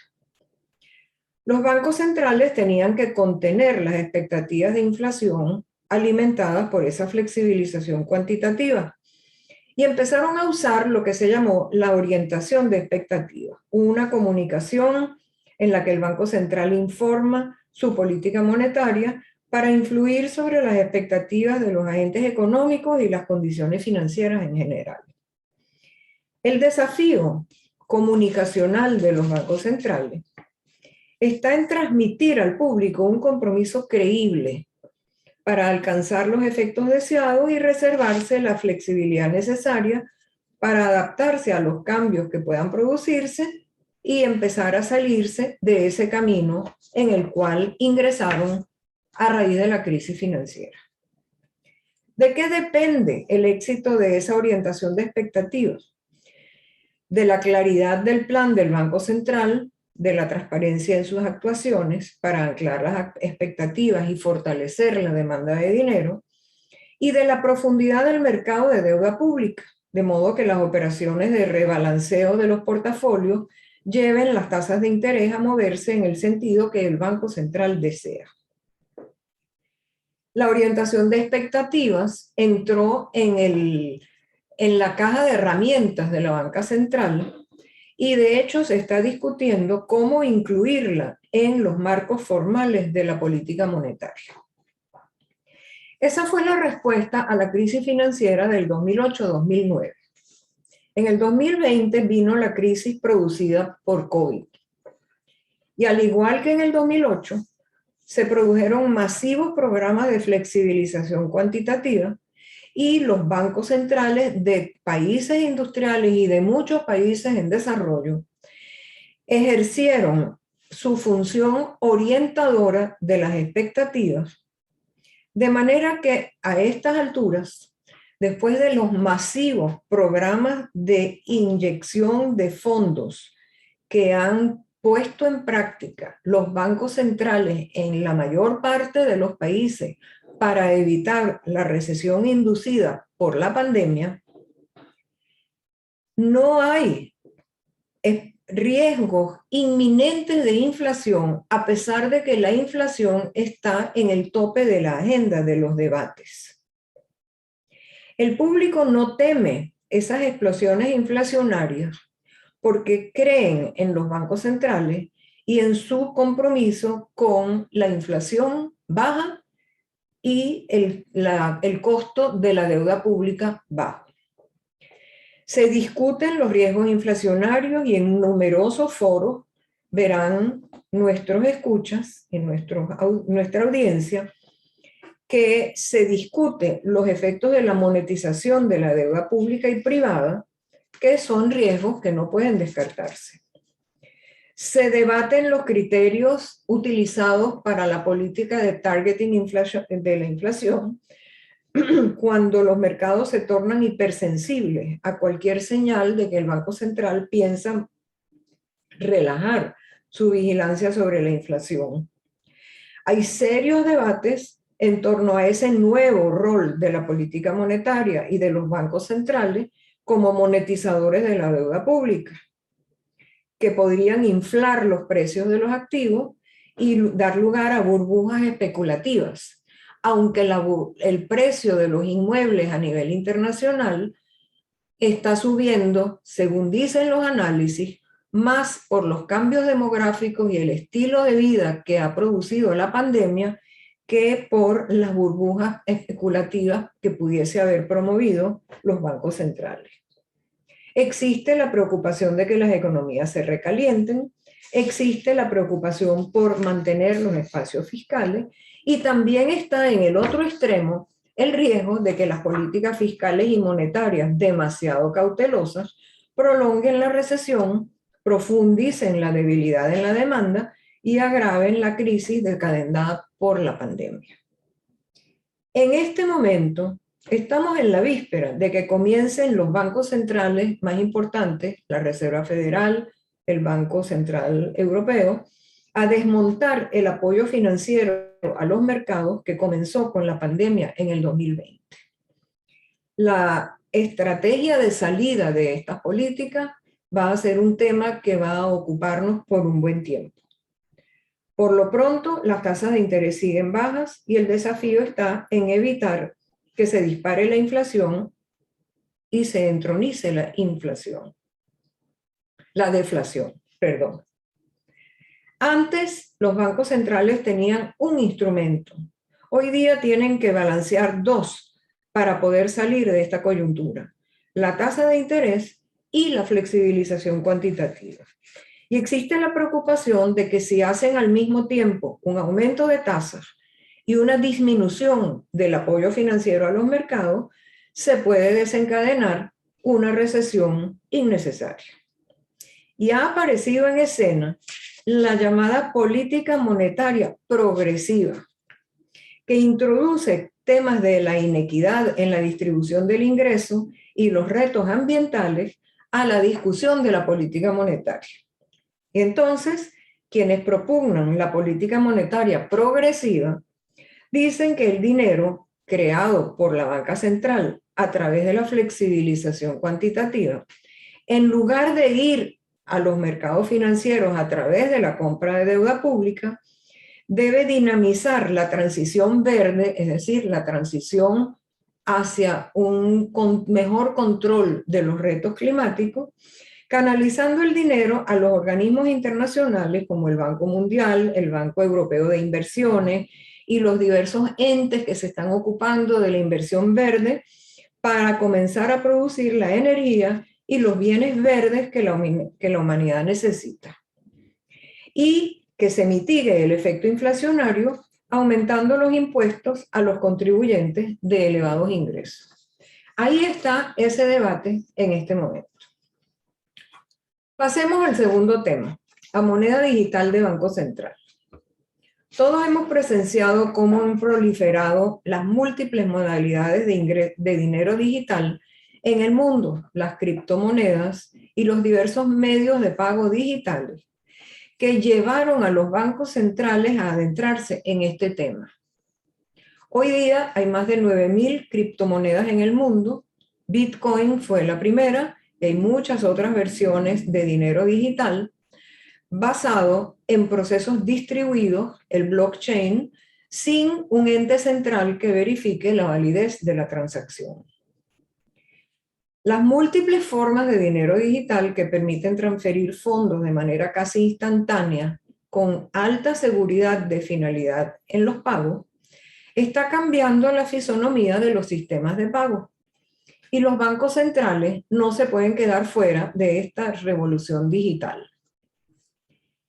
87 países que representan el 90% del PIB global están explorando una moneda digital de banca central. Y 7 ya lo han lanzado.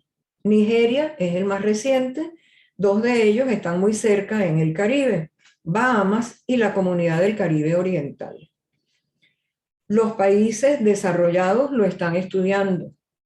La Comunidad Europea, Japón, Inglaterra y Estados Unidos, que es de los menos avanzados en el tema. Putin anunció el criptorrublo en el 2017. China comenzó a trabajar en el e-yuan y piensa lanzarlo en el 2022. Lo estudian desde el 2011 y buscan con eso no solo dinamizar su propio sistema de pago, sino también asegurar la posición del yuan en los pagos internacionales. Algunos países están haciendo pruebas para el uso de la moneda digital de Banco Central en los pagos transfronterizos, para lo cual se requiere un esfuerzo de coordinación que evite el riesgo de los problemas de interoperabilidad de los sistemas en el futuro. Esa es una de las preocupaciones que tiene el Fondo Monetario, a las cuales me referiré en breve. Ahora, ¿qué es una moneda digital de Banco Central? Un dinero de curso legal emitido por el Banco Central que equivale a una forma digital de las monedas y billetes. Está respaldado por las reservas del Banco Central, es una creencia directa contra el Banco Central. Y en ese sentido es distinto al dinero digital que conocemos, que son creencias contra los bancos o las operadoras de fintech que manejan los pagos digitales. Ahora, el sistema de pagos interbancarios que existe ya es un dinero digital de Banco Central, pero no tiene el público acceso a eso. Es un dinero digital de Banco Central para la banca, que implica transferencias de activos entre bancos a través del régimen de compensación de cheques y de transferencias que todos conocemos. En ese sistema hay riesgos de contraparte, aunque los sistemas de los bancos centrales buscan minimizar esos riesgos a través de las regulaciones y de la obligación de los bancos de mantener fondos depositados en el Banco Central. Los pagos al detalle con dinero digital implican transferir dinero respaldado por el gobierno directamente a los consumidores. Un ejemplo de eso es el sistema Patria en Venezuela, donde el gobierno transfiere los bonos a las monedas digitales, de las cuales después se pueden transferir los fondos a las cuentas de los beneficiarios en el sistema bancario. Si ya ese dinero existe, ¿para qué desarrollar una moneda digital de banca central? Y las principales razones de los bancos centrales ha sido, 1, bajar el costo de emisión, porque emitir dinero digital es más barato que imprimir y distribuir billetes y monedas, tener que mantener el cono monetario y asegurarse de que estén disponibles siempre suficientes monedas y billetes de las denominaciones apropiadas, cuando de paso las monedas y billetes están cayendo en desuso rápidamente y hay muchos países ya que operan sin dinero en efectivo. La moneda digital de Banco Central también puede bajar los costos transaccionales para el público. El dinero digital que existe hoy en día tiene un costo transaccional porque las diversas empresas que prestan el servicio cobran comisiones. Hay retrasos. En este caso, no los habría. La moneda digital de Banca Central permite promover la inclusión financiera, especialmente importante en los países en desarrollo, porque le da dinero seguro a las personas con solamente tener un teléfono inteligente y con menos riesgo que los sistemas de dinero digital privado. Permite que la política monetaria fluya más rápidamente y sin trabas, y puede ayudar a limitar las actividades ilícitas porque el dinero existe en forma digital y el Banco Central en principio podría monitorear esos flujos. Pero la moneda digital de Banca Central tiene sus desafíos. Y de allí que haya países que hayan sido más lentos que otros en ponerlo en práctica. Un riesgo importante es que el público podría preferir tener el dinero de Banco Central que tenerlo en los bancos, porque al fin y al cabo en los bancos hay algún riesgo. Eso podría producir una desintermediación financiera y podría en definitiva afectar el crédito bancario, lo cual sería altamente perjudicial, porque no hay país que pueda desarrollarse sin una adecuada provisión de crédito bancario. La centralización de los pagos en un ente gubernamental, en este caso el Banco Central que está creando la moneda digital, crea riesgos de privacidad. Y aquí vale la pena citar un término acuñado por China, el de la anonimidad controlada. Es decir, habrá privacidad hasta el punto en que yo, Banco Central del Pueblo en China, lo tolere. La moneda digital de Banca Central plantea riesgos cibernéticos de hackeo, y esto es de la mayor importancia hoy en día. Los procesos regulatorios no están actualizados para manejar los diversos aspectos del uso de la moneda digital de Banca Central y tienen que hacerse más robustos antes de adoptar esta tecnología ampliamente. Necesitan un plan, una estrategia, un marco legal y una coordinación con el sistema financiero. Y finalmente, se requiere que cada país tenga una plataforma de telecomunicaciones amplia, profunda y estable, con acceso a Internet, y que cada habitante del país tenga un teléfono inteligente. Entran en escena también para los bancos centrales el tercer tema de mi agenda de hoy, que es la regulación de los criptoactivos.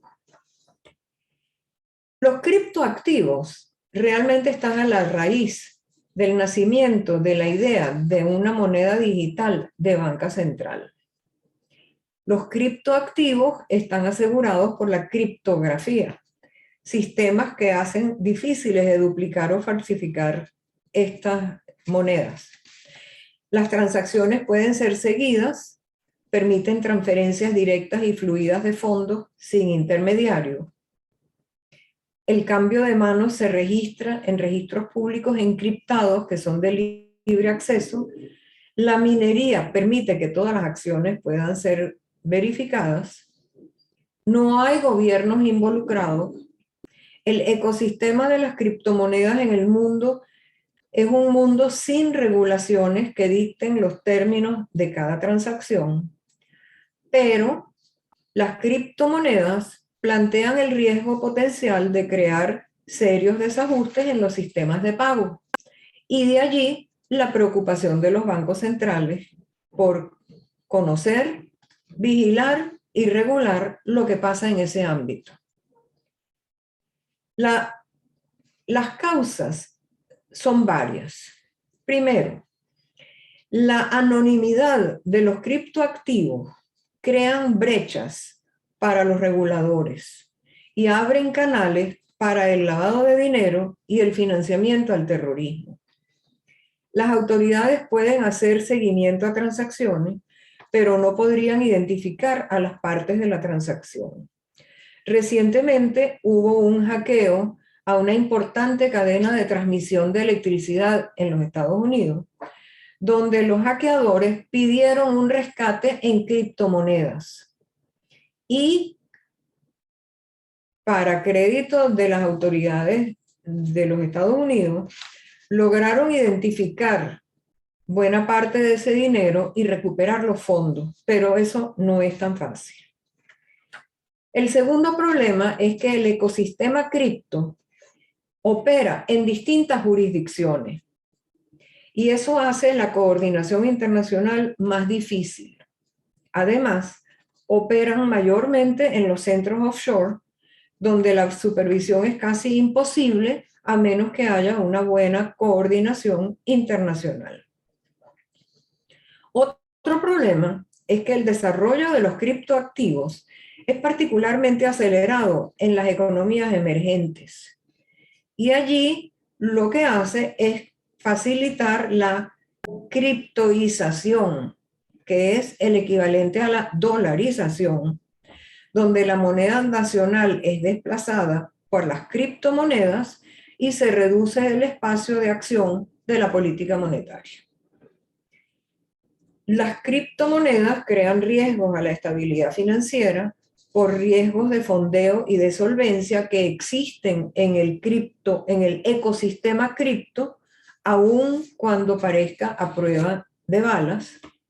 Amplía los riesgos a los consumidores, crea riesgos a la integridad financiera de las transacciones, facilitan la evasión fiscal, declina el señoriaje, es decir, los beneficios que obtiene el Estado por emitir la moneda, facilita fugas de capitales y además tiene un problema ambiental, que es que la minería se está asentando mayormente en países en desarrollo, donde consumen energía contaminante, a menudo subsidiada, y agravan el problema ambiental.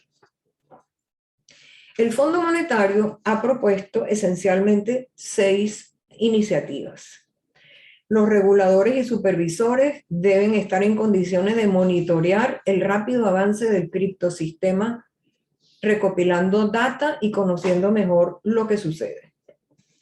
La naturaleza global de los criptoactivos obliga a los gobiernos a fortalecer la coordinación internacional para minimizar los riesgos de arbitraje regulatorio, es decir, que las operaciones se trasladen de los mercados más regulados a los menos regulados y asegurar que haya una buena supervisión y cumplimiento. Las autoridades nacionales, por su parte, deben priorizar la adopción de estándares globales que limitan el lavado de dinero, y hay propuestas en materia de exposición al riesgo de los bancos a las criptomonedas. También regulaciones en materia de valores y de sistemas de pago. En algunos países en desarrollo, la criptoización, término que me tocó inventar para el día de hoy, puede ser catalizada por la baja credibilidad del Banco Central, la vulnerabilidad de los sistemas bancarios, las ineficiencias del sistema de pago y el acceso ilimitado a los sistemas financieros. De allí la recomendación del Fondo Monetario de que los países fortalezcan sus instituciones, comenzando por el Banco Central, emitan monedas digitales de Banco Central y mejoren sus sistemas de pago. A nivel global, el Fondo Monetario recomienda abaratar y simplificar los sistemas de pagos transfronterizos para hacerlos más transparentes y más inclusivos. Finalmente, quisiera referirme por unos pocos minutos a los riesgos de inestabilidad financiera que pueden surgir de los cambios climáticos. Los riesgos climáticos están ahora en el radar de los bancos centrales porque pueden afectar la solvencia y la estabilidad de las instituciones financieras individuales, con consecuencias desestabilizadoras para el sistema financiero y las economías. Se han identificado dos categorías de riesgo. Los riesgos físicos, que son los costos económicos potenciales generados por la creciente severidad y frecuencia de eventos relacionados con cambios climáticos, y los riesgos de transición, que se refieren a los impactos que el proceso de ajuste de las economías al bajo consumo de carbono genere sobre los riesgos financieros inherentes en las operaciones actuales. Es bien sabido que los riesgos financieros asociados a los cambios climáticos se han estado intensificando a nivel micro y macro en las últimas décadas. A nivel micro, ya representan un riesgo real a la seguridad y solvencia de bancos y empresas de seguros en algunos países, y a nivel macro ponen en riesgo la estabilidad del sistema financiero. En los últimos 10 años, el costo económico anual global de los desastres naturales frecuentemente ha superado el promedio móvil de 30 años de 140 millardos. El número de eventos de climas extremos ha aumentado más de 300%. Se prevé que el peso de los siniestros relacionados con climas extremos aumentará más del 100% en los próximos 50 años por situaciones de clima extremo y subida del nivel del mar, creando un peso importante para el sector de seguros que se irradia al resto de la economía. Las autoridades en el mundo están en una fase de estudio, alerta y de implantación progresiva de nuevas regulaciones. Varios bancos centrales, que incluyen Inglaterra, Alemania, Holanda, Francia y China, anunciaron que como parte de la nueva red global sobre el enverdecimiento de los sistemas financieros, estos bancos centrales consideran que los riesgos financieros asociados al clima son una amenaza a sus respectivos sistemas financieros y se proponen intensificar el manejo de esos riesgos. Están proponiendo mayores requerimientos de divulgación de información sobre exposiciones a riesgos climáticos, la introducción de stress testing relacionado con el tema climático y la diferenciación de los requisitos de capitalización y reservas para activos altamente vulnerables a riesgos asociados a los climas cambiantes. Existe un grupo de trabajo para la divulgación de riesgos asociados al clima que produjo su primer juego de recomendaciones en el 2017 con guías específicas para las instituciones financieras, bancos, empresas de seguro, fondos de inversión y propietarios de activos. Su objetivo es promover una evaluación y cuantificación temprana de los riesgos, mejorar la calidad de los cálculos para ponerle precio a los riesgos asociados al clima, permitir una mejor asignación de capital para cubrir esos riesgos y facilitar la evaluación de los riesgos materiales y los canales de transmisión de sus efectos. Se ha conformado una red de bancos centrales y de supervisores financieros para hacer más verdes los sistemas financieros en el mundo. Existe una red para la banca sostenible que agrupa a reguladores financieros y asociaciones bancarias de economías emergentes comprometidas en promover el desarrollo de las finanzas sostenibles según las mejores prácticas internacionales. Esta red ha desarrollado lineamientos para apoyar los esfuerzos que hacen las instituciones financieras por adoptar el manejo de los riesgos ambientales y sociales y desarrollar los llamados préstamos verdes. Finalmente, la Asociación Internacional de Mercados de Capitales ha emitido los principios de emisión de bonos verdes, dirigidos a permitir levantar capital para proyectos existentes y proyectos nuevos que generen beneficios ambientales. Son lineamientos voluntarios dirigidos a facilitar la emisión de estos bonos verdes mediante la transparencia, la divulgación de información y la integridad en el desarrollo de estos mercados. Con esto vemos que la realidad que enfrentan los bancos centrales es compleja. No se puede decir que más compleja que la que se enfrentaba en los años de la política monetaria ortodoxa, de los años que se narraron de la presencia del doctor Carlos Rafael Silva al frente del Banco Central. Esas eran situaciones complejas, las actuales son complejas también.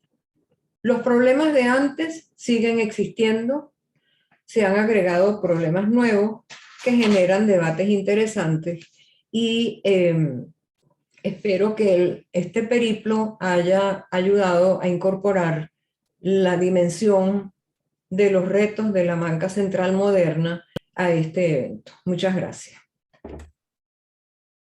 Bueno, muchísimas gracias a la doctora Ruth de Triboy por su presentación. Excelente. Y bueno, vamos con las palabras de cierre que nos va a dar el doctor Humberto García Larralde, miembro de la Academia de Ciencias Económicas y que también fuera presidente de la Academia. Entonces, adelante, Humberto.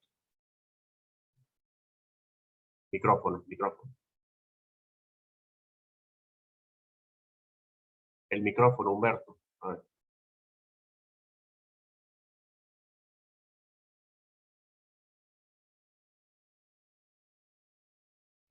Sí, disculpo. Sí. Bueno, sí, muchas gracias, Urbi. Quiero saludar a los integrantes de la academia. Quiero saludar, por supuesto, a las hijas del doctor Silva, Carlota y Eleonora, a mi rectora, la doctora Cecilia García Rocha Márquez, que está también presente, y bueno, a todos los que estén, digamos, oyendo o presenciando este homenaje. En particular, me pareció muy interesante las dos intervenciones que me antecedieron, la del doctor Pedro Palma, la doctora Ruth de Triboy, y creo que es el mejor homenaje que se le puede dar a una persona que, digamos, transcurrió toda su vida profesional en los ámbitos de las políticas monetarias, financieras y cambiarias. Asimismo, quiero agradecer al doctor Carlos Hernández Delfino por la interesante composición que hizo de los hitos más significativos de la vida de este insigne y valioso servidor público, quien fue el doctor Silva. Yo soy familia del doctor Silva. Él estuvo casado con una prima hermana mía del lado de mi padre, Berta Pardo. Recuerdo sus relaciones con la familia marcadas siempre por su generosidad y su disposición de ofrecer su ayuda cuando así se requiriese. Pero también fui bancentralista, es decir, empleado durante años del Banco Central de Venezuela. Y en tal carácter quiero evocar en estas palabras de cierre lo que a mi entender significaba su figura para los empleados del Instituto Emisor.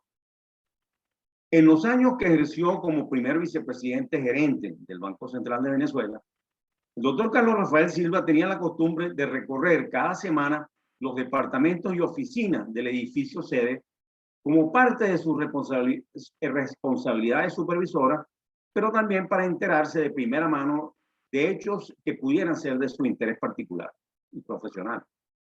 Recuerdo cómo sus visitas a lo largo de las distintas dependencias solían ser precedidas del aviso un tanto nervioso de «ahí viene el doctor Silva», por parte de quien había divisado su aproximación por los pasillos. Quienes hacían visitas a otros puestos de trabajo regresaban presurosos a los suyos y ponían cara de seriedad y dedicación a sus labores. No era por temor. Jamás evidencié una reprimienda o trato desconsiderado de él para con un empleado.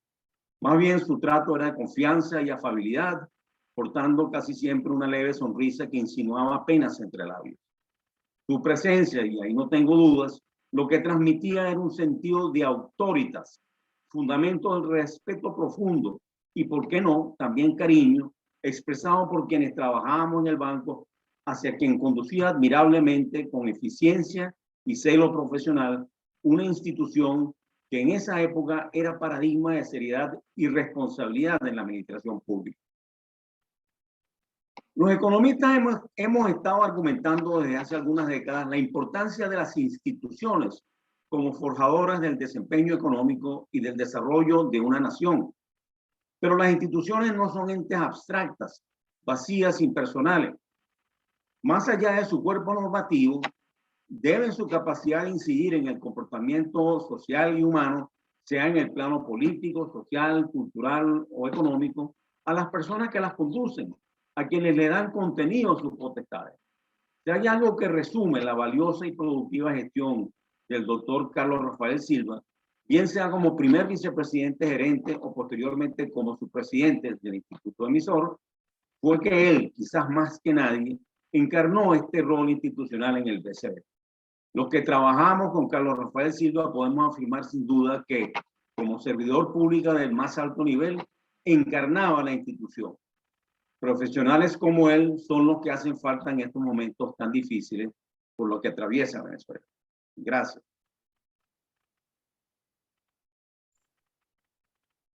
Bueno, muchísimas gracias a Humberto García Larralde por sus palabras de cierre. Entramos en la sesión de preguntas y respuestas. Un poquito tarde, pero bueno, de todas formas estamos aquí todos. No sé si haya alguna pregunta que alguno quiera hacer.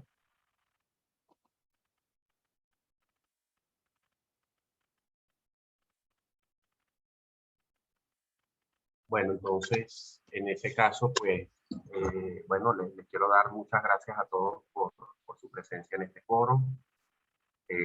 Foro en memoria del doctor Carlos Rafael Silva. Un saludo afectuoso a sus hijas Isabel y Eleonora, a sus nietos Verónica y Marcelo, que nos estaban acompañando por aquí, a los miembros de la Academia Nacional de Ciencias Económicas, a la rectora de la UCB, que también estaba por aquí, la doctora Cecilia García Rocha, que también nos acompañó. Bueno, muchísimas gracias a todos. No sé si alguien quiere decir unas palabras finales, adicionales. Sí, muchísimas gracias, Urbi. Quiero agradecer muchísimo a todos los participantes en la conferencia de la mañana de hoy a nombre de la familia. Para nosotros ha sido motivo de gran orgullo y satisfacción conocer de este evento, y ahora, después de haber escuchado estas palabras, realmente es un documental para la familia y un recordatorio para la gesta del país, y que hayan considerado a nuestro papá como una figura para recordar. Sí, es motivo de gran orgullo y satisfacción. Espero poder tener esta grabación para que los nietos y bisnietos escuchen el día de mañana, y los economistas. Yo como economista lo viví y además lo tuve de profesor, cosa que a él siempre le llenaba de mucho orgullo. Así que muchísimas gracias, Pedro, muchísimas gracias, Humberto. Las palabras de Carlos Hernández Delfino muy hermosas, y Urbi, gracias por la conducción, y a Liesa, a Ruth de Clivoy por sus palabras, además con su nota futurista. Muy interesante todo. Muchísimas gracias a todos los que han participado en la organización del evento. Bueno, muchísimas gracias, Eleonora, y de verdad ha sido un placer participar en este evento y merecidísimo para Carlos Rafael Silva. Yo en particular no lo llegué a conocer, pero en persona, pues. Pero sí, de mis tiempos de estudiante lo recuerdo bueno, o sea, yo estaba estudiando economía cuando él fue ministro en el gobierno de Velázquez. De ahí es que lo recuerdo, y de visitas al Banco Central, y por supuesto haber leído cantidad de trabajos, de ver su nombre en los folletos del Banco Central, en las revistas, pues sale presidente, vicepresidente o los cargos. de todo eso, pues ese es el recuerdo que yo tengo. De la parte previa a esa, pues sí, no lo recuerdo, pero sí, pero imagínate tú, es una de esas personas que uno tiene en un pedestal, ¿no? Entonces, bueno, qué bueno que pudimos tener este foro. No sé si Isabel quería decir unas palabras. Nada, de nuevo, muchísimas gracias. Me uno con las palabras de agradecimientos de Leonora y la verdad que, bueno, muy emocionada por el homenaje que le hicieron a mi papá. Yo no soy la economista de la familia, pero creo que viví todas esas etapas que le nombraron de mi papá. Así que muchísimas gracias, Sara y la academia por haberle hecho este homenaje tan merecido a mi papá. Más todo, sobre todo en esta época tan de crisis tan horrible que estamos viviendo nosotros, lo que vivimos en Venezuela. Gracias de nuevo y saludos a todos. Nos vemos. Muchísimas gracias.